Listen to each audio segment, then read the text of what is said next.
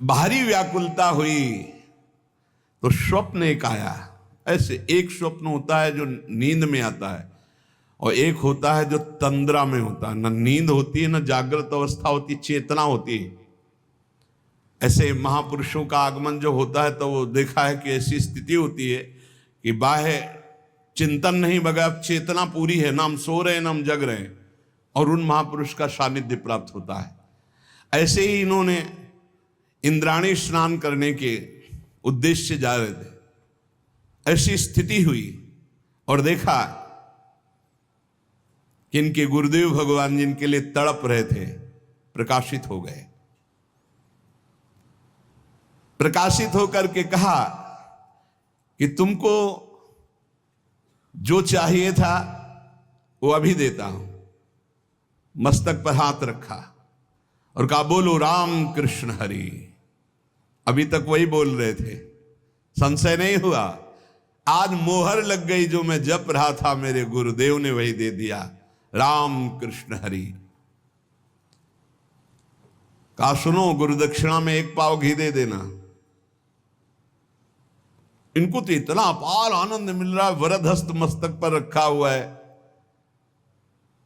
और गुरुदेव जो आज तक जपता रहा वही दिए, राम कृष्ण हरि। और दे देते तो काफी समय अभ्यास में लगता, क्योंकि पूर्वाभ्यास चलता है।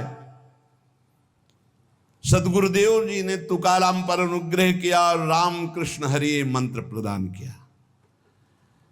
गुरुदेव ने मस्तक पर हाथ रखा, जे भी हाथ रखा तो सामने पांडुरंगा भगवान विठल।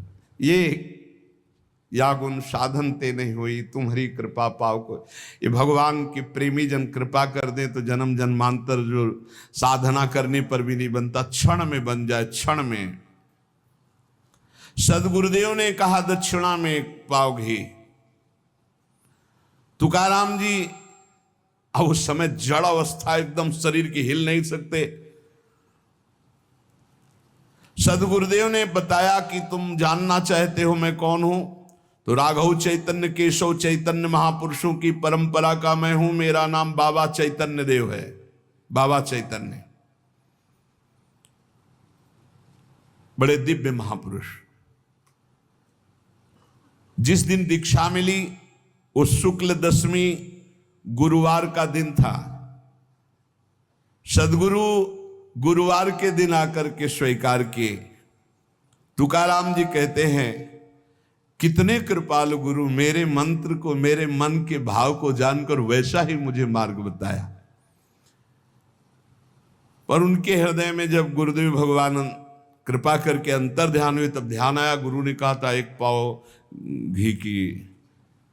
वो कहा, कैसे दे पाता, क्योंकि वो अव्यक्त रूप में, और शरीर ऐसा होता है जब विशिष्ट कृपा महापुरुषों की होती है, जो अव्यक्त महापुरुष पधारते हैं, उस समय कई बार अनुभव होते हैं महापुरुषों को, जो भगवत मार्ग में चलने वाले होते हैं।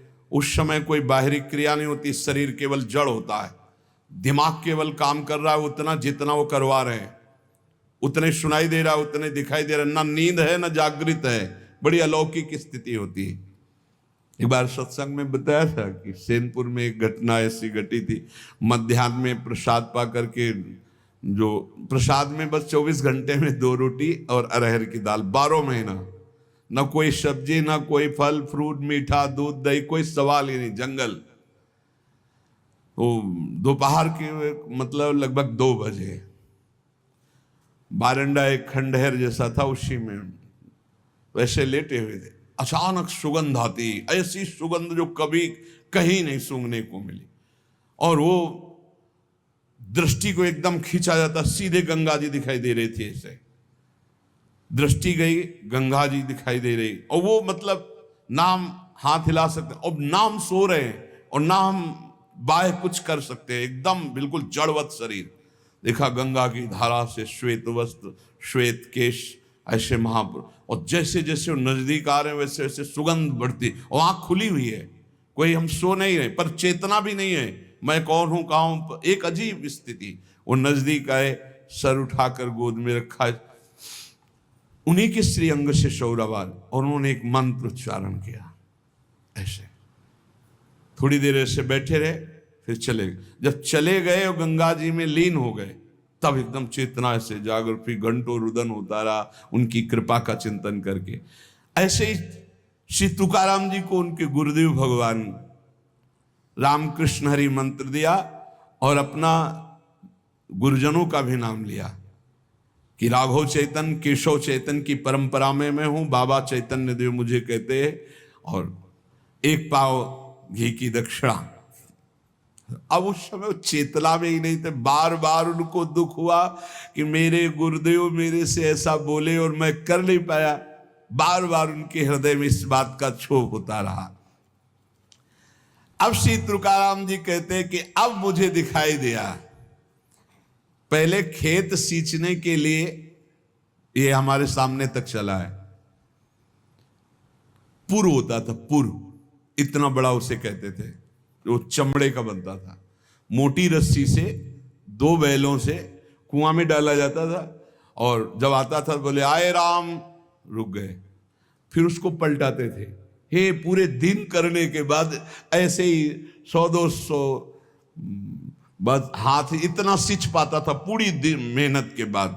तुकाराम जी कह रहे मेरी हालत साधना की यही थी कि मोटेंचे पानी तैसे ज्ञान करुण वेद शास्त्र पठन।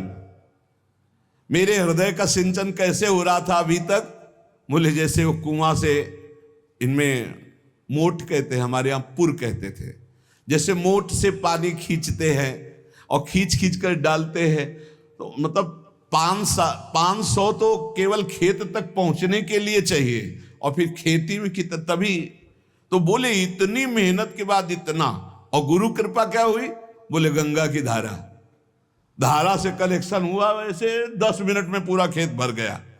बोले पूरा जीवन हमारा ऐसे बीत रहा था जैसे मोट से पानी खींचकर खेत सींचा जाए, और गुरु ने कृपा करी तो बोले ऐसे ऐसे हो गई जैसे गंगा की धारा से जरा सा फूट जाए तो खेत पूरा ऐसे भर गया कुछ मिनटों में। ऐसे ही गुरु कृपा से बड़ा विलक्षण बोध हुआ। वही रामकृष्ण हरि में जपता था, लेकिन जब गुरुदेव ने दिया तो बड़ा विलक्षण अनुभव हुआ। एक कर्म कांडे ओढ़ी, एक सन्यास कड़े ओढ़ी। कोई मुझे कर्म कांड की ओर खींचता तो कोई सन्यास की ओर खींचता, तो कोई तप को श्रेष्ठ बताता, कोई पुरस्चरण को, कोई वेदाध्ययन को, कोई दान को, कोई योग को, जिसकी मति में जो आया मुझे उपदेश करता। लेकिन जब गुरुदेव प्राप्त हुए तो मुझे भक्ति की गंगा धारा प्राप्त हो गई।